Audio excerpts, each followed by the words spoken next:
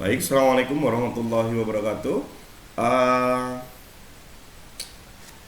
Ketemu lagi di sini dalam mata kuliah Studio Aljabar. Kita lanjutkan materinya ya. Kita sekarang membahas tentang sifat-sifat ring. Jadi pure hari ini sebenarnya kita membahas tentang pembuktian tentang teori MAM. Ya, Eh, sifat-sifat, sorry, bukan sifat-sifat ring, sifat-sifat fungsi. Ya, sifat-sifat fungsi. Ya, baik, sifat-sifat fungsi ini ada yang pertama tentang teorema asosiatif pada eh,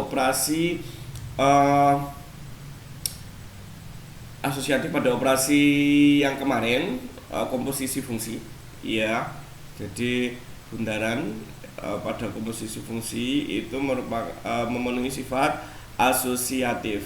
Ya, jadi teoremanya mengatakan bahwa jika alfa sama dengan itu kita punya dari A ke B, kemudian beta beta itu adalah dari B ke C, kemudian lam apa namanya lambda itu dari C ke D, ya, dan lambda itu dari C ke D. Kemudian maka di sini berlaku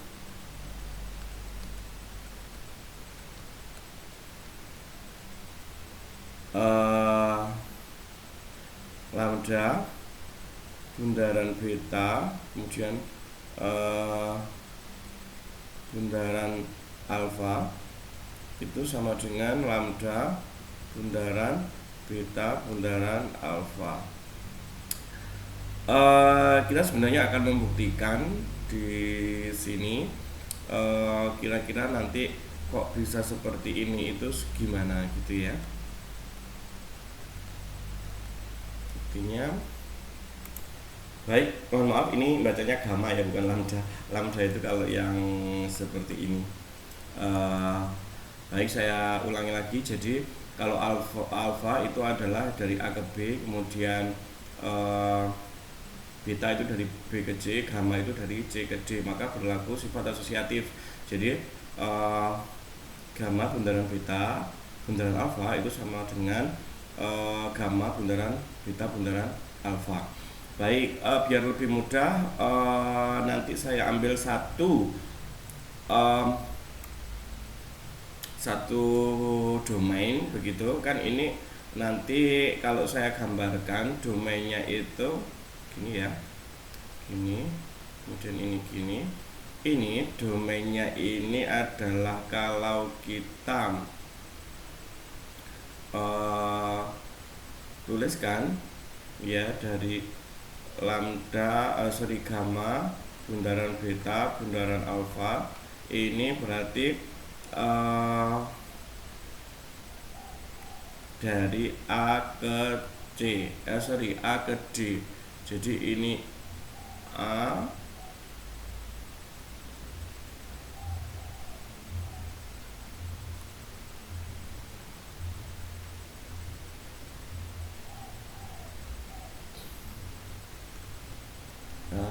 B, C, D.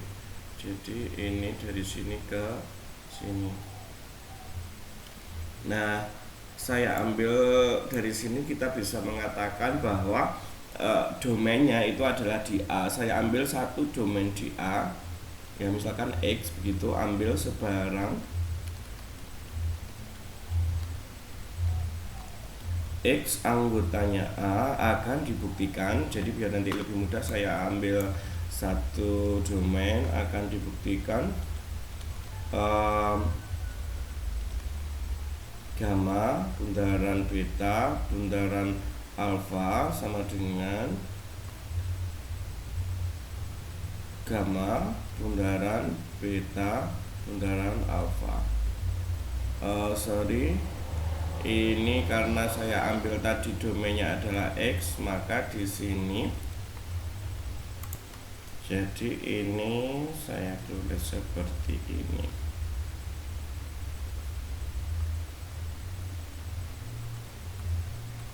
ya. Baik, kita akan membuktikan dari kiri bagaimana caranya nanti berubah ke kanan gitu. Kalau ada, perhatikan bahwa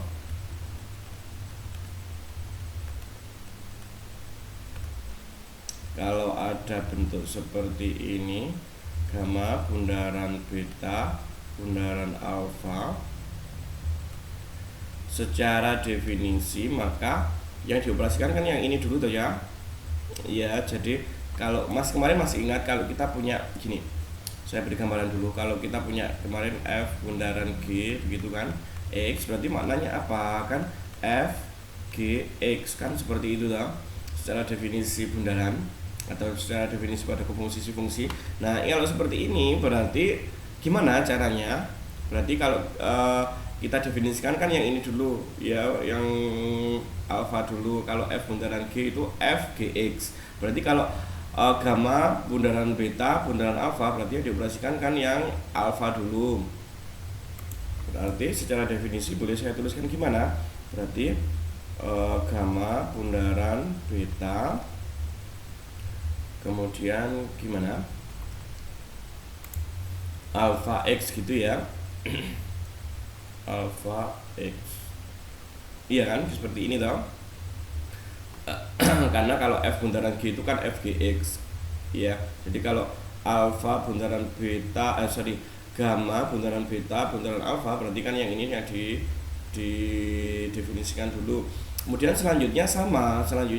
Jadi sekarang kalau ada gamma bundaran beta berarti kan gamma beta, kalau kemarin kalau ini saya ganti dengan Y begitu kan, gamma beta Y kan gitu toh ya. Nah, berarti saya tuliskan gimana? Berarti saya tuliskan gamma ya beta alfa X gini kan. Nah, kalau sudah, sekarang kita definisikan. Nah, yang ini beta alfa X itu kalau definisi secara kita rubah dalam definisi secara komposisi atau definisi bundaran, jadinya gimana ini? Ya, berarti boleh saya tulis gamma kemudian beta bundaran alfa terus beta bundaran alfa, berarti ini gini X ini ya. Nah, kalau sudah, sekarang kalau yang ini dengan ini berarti jadinya apa? Secara definisi bundaran juga, berarti boleh saya tuliskan gimana? Berarti gamma bundaran beta bundaran alfa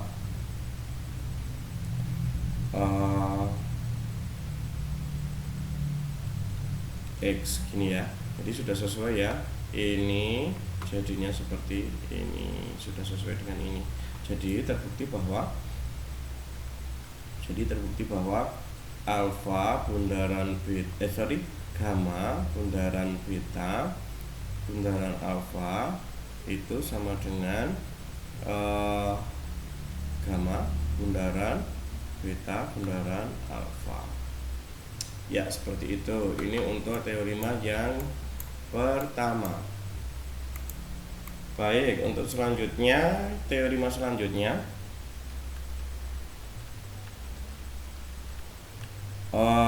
diberikan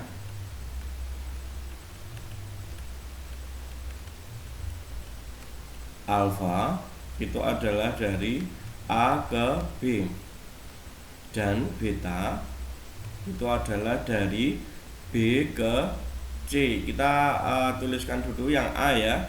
Yang A, jika alfa dan beta itu adalah onto atau fungsi pada, maka beta bundaran alfa adalah onto. Baik, kita buktikan yang A dulu biar nanti kalian mudah memahami. Sebelum kita membuktikan, saya tuliskan ilustrasinya dulu. Jadi kalau kita punya, nah seperti ini kan, kalau kita punya beta bundaran alfa, berarti kita punya domainnya itu apa? Berarti kan dari A ke C saja, ya. Yang ini beta bundaran alfa ini kan selalu dibalik tahu alfanya apa, dari A ke B kemudian B ke C kan gitu toh. Berarti ini kita punya A ke C, ya. Nah, ini A,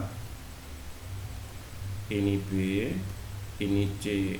Dari sini ke sini itu adalah alfa. Dari sini ke sini itu adalah beta. Dari sini ke sini itu adalah beta bundaran alfa, gitu ya. Jadi kalau kita punya, yang kita ketahui adalah alfa, yang ini itu adalah onto dan yang ini adalah onto juga. B bundaran alfa itu adalah onto. Jadi kalau alfa onto, beta onto, beta bundaran alfa adalah onto juga. Nah, kita akan membuktikan seperti itu. Jadi kita punya dua informasi bahwa fungsi alfa sama fungsi beta itu adalah onto. Nah, dua informasi itu akan kita jadikan dasar untuk membuktikan bahwa beta bundaran alfa itu juga onto. Jadi kalau keduanya onto, suatu fungsi, dua fungsi itu onto, maka kalau dua fungsi itu kita operasikan dengan bundaran, maka hasilnya pasti onto juga, gitu. Intinya sebenarnya seperti itu kan kalimatnya. Baik,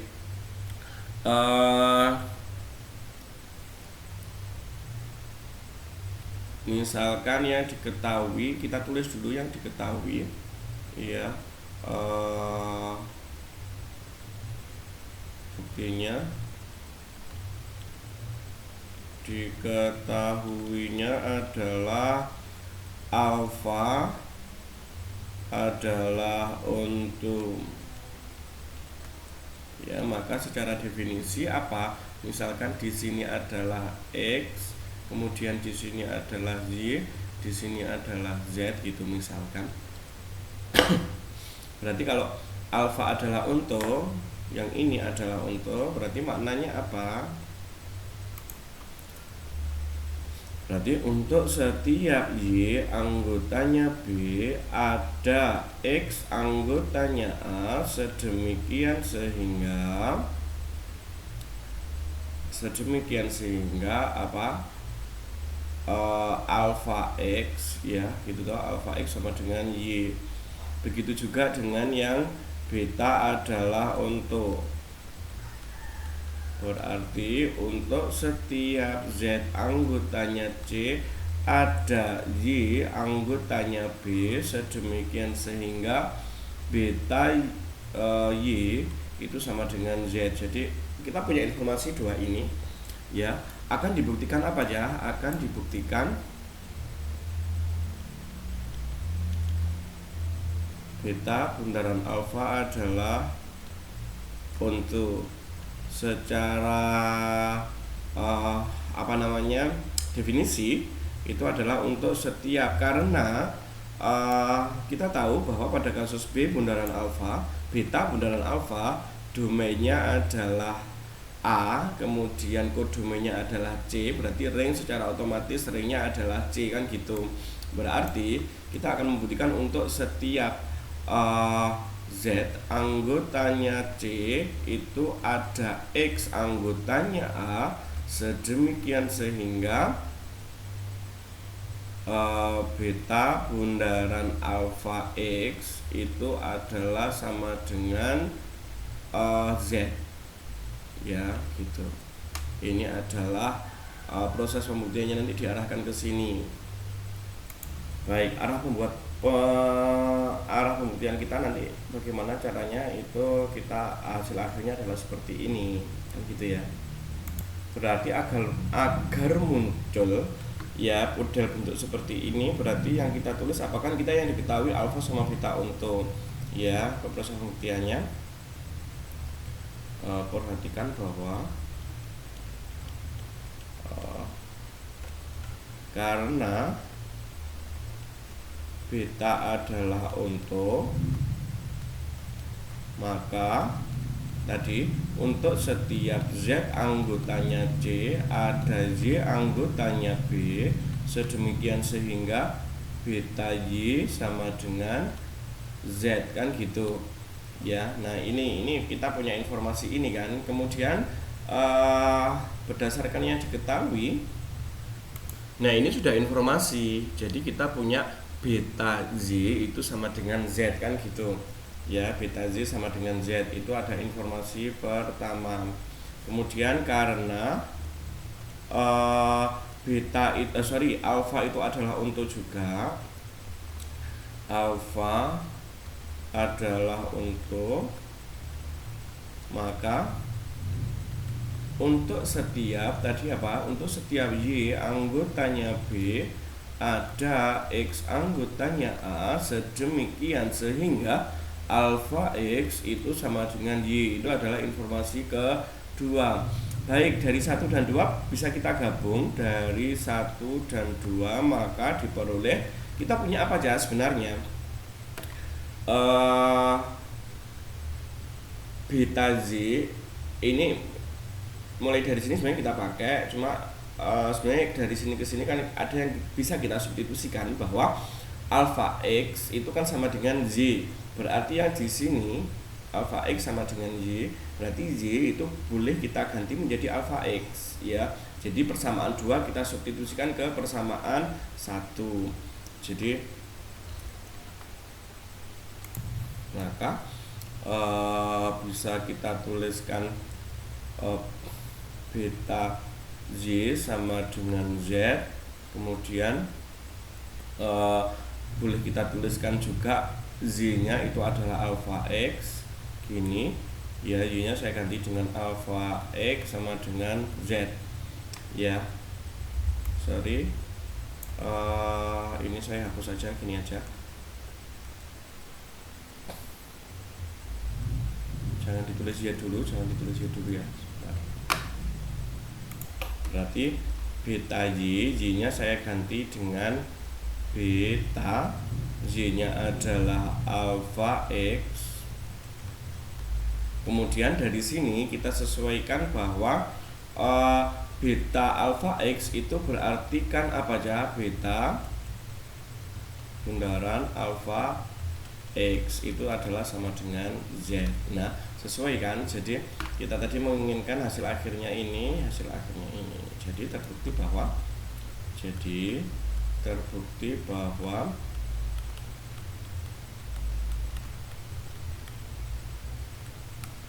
ya, jadi 1 dan 2 itu digabung.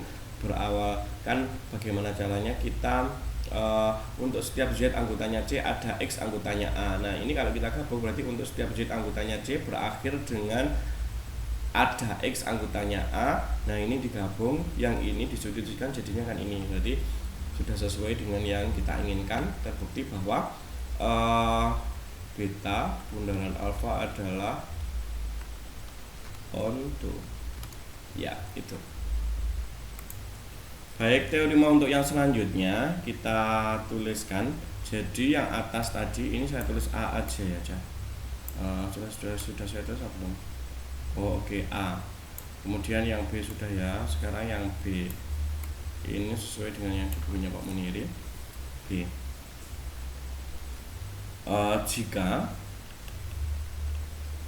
Jika beta bundaran alfa adalah onto,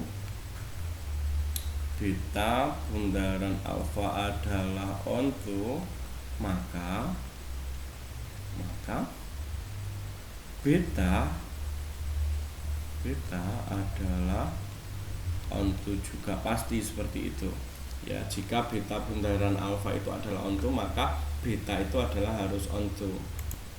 Baik, biar ada gambaran, sekali lagi saya tuliskan beta bundaran alfa itu adalah fungsi dari A ke C.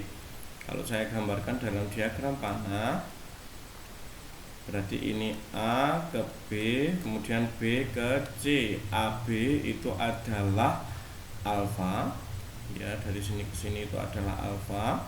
Kemudian dari B ke C itu adalah beta. Kemudian kita punya ini. Nah, ya ini adalah beta bundaran alfa. Maknanya apa sih? Bahwa kalau kita saya ambil di sini tadi X, di sini adalah Y, di sini adalah Z.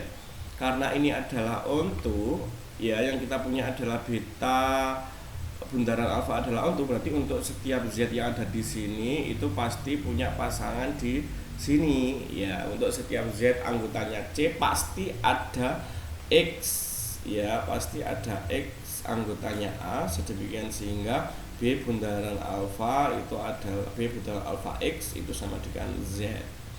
Nah, tetapi coba perhatikan secara proses ya, secara prosesnya itu memang B bundaran alfa itu dari A meloncat ke C, tetapi prosesnya sebenarnya kan dari alfa dulu ya kan, dari alfa dulu, dari A ke B dulu, kemudian B ke C dulu ya, sehingga ini akan berpengaruh pada jawaban kita nanti ya.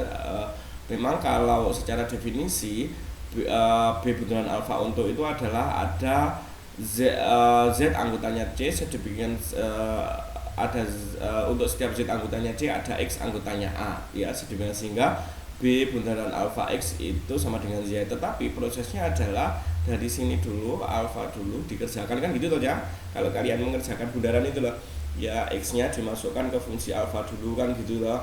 Kemudian kalau sudah nanti disubstitusikan lagi ya ke beta kan gitu. Nah ini nanti akan jadi patokan dasar ketika kita akan membuktikan beta adalah onto juga. Oke, kita tulis dulu yang diketahui. Diketahuinya adalah beta bundaran alfa adalah onto. Onto berarti untuk setiap Z anggotanya C ada X anggotanya A, sedemikian sehingga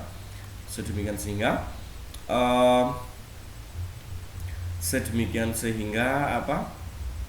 Beta bundaran alfa X itu adalah sama dengan Z. Oke, kita akan dibuktikan B adalah onto. Berarti maknanya untuk setiap Z anggotanya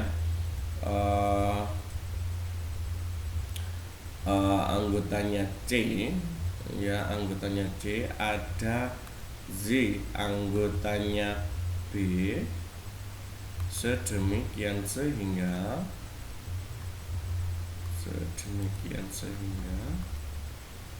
beta Y sama dengan Z. Baik, sekarang kalian seperti ini. Tadi yang kita punya adalah ini toh ya. Yang kita punya kan bahwa beta bundaran alfa adalah onto ya, untuk setiap Z anggotanya C ada X anggotanya A, sedemikian sehingga beta bundaran alfa X adalah Z. Nah, sekali lagi karena prosesnya itu adalah dari sini ke sini, kemudian dari sini ke sini, berarti kan yang ada di sini itu pasti punya pasangan karena dia adalah onto ya. Onto kan dari sini ke sini. Ya memang dia onto pasti punya pasangan di sini. Ya, tetapi karena prosesnya adalah dari sini ke sini, kemudian dari sini ke sini, berarti kan ini beta itu adalah hubungannya Z anggotanya C.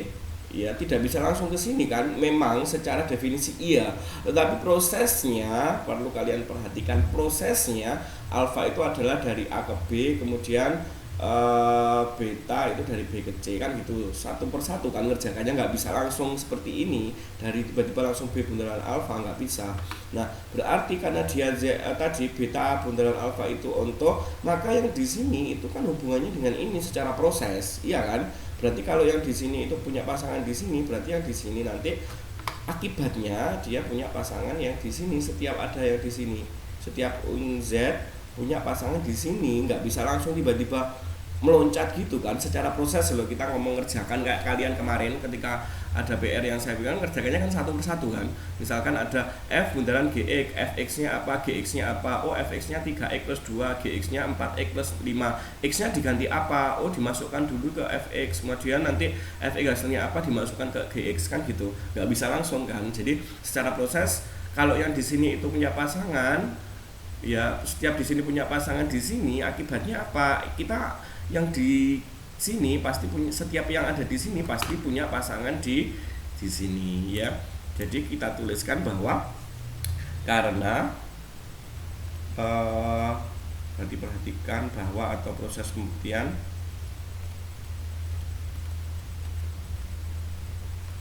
karena nulisnya untuk setiap ya, karena untuk setiap Z anggotanya C, maka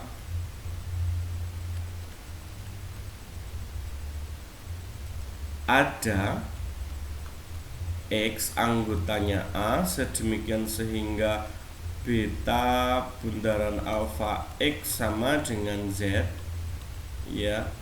Kemudian akibatnya apa? Jadi akibatnya boleh kita tuliskan bahwa beta bundaran alfa X itu sama dengan beta alfa X kan gini toh. Nah beta alfa X tadi, alfa X itu sebenarnya apa ya? Berarti alfa X itu boleh kita ganti dengan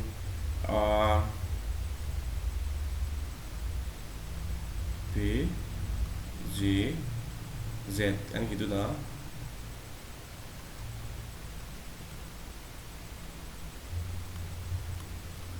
Dengan Z anggotanya B. Coba perhatikan tadi untuk karena akhirnya kan untuk setiap Z itu kan ada Z kan gitu tuh akibatnya ya. Ini kan Z itu ada Z seperti ini kan secara definisi sebenarnya apa, secara definisi kalimat ini loh sebenarnya tersirat apa sih, kan ini definisi onto kan ini ya. B, Z sama dengan Z itu ini kan definisi onto ya. Berarti kesimpulannya apa ya, berarti pada kasus ini kalau kita hubungkan dengan definisinya formal onto kan berarti B ini onto. Kenapa? Kayak kemarin misalkan kita nuliskan Fx sama dengan Y, berarti ini maknanya adalah F ini kan onto toh ya. Untuk setiap Y anggotanya B ada X anggotanya A sedemikian sehingga Fx sama dengan Y, berarti makna ini sebenarnya jadi F itu adalah onto. Sama kasusnya pada kasus ini juga ini tersirat sebenarnya apa, berarti kan untuk setiap Z ada Y kan gitu toh. Menuliskan ini loh, kita tadi menuliskan ini ya, itu kan ini secara tersirat definisi formalnya B nya itu adalah onto, betanya adalah onto ya. Kalau kita hubungkan dengan definisi formal fungsi onto ya, maka kita tuliskan untuk setiap untuk setiap Z anggotanya Z anggotanya C ada Z anggotanya B ya, sedemikian sehingga beta Z sama dengan Z. Nah sekali lagi dasarnya adalah ini definisi formal. Kalau ini sudah saya tuliskan, maka untuk setiap Z anggotanya C ada Y anggotanya B sedemikian sehingga ini dari mana? Dari dasar ini ya, beta Y sama dengan Z. Jadi kesimpulannya apa? Ini berarti beta adalah fungsi kontrol ya, itu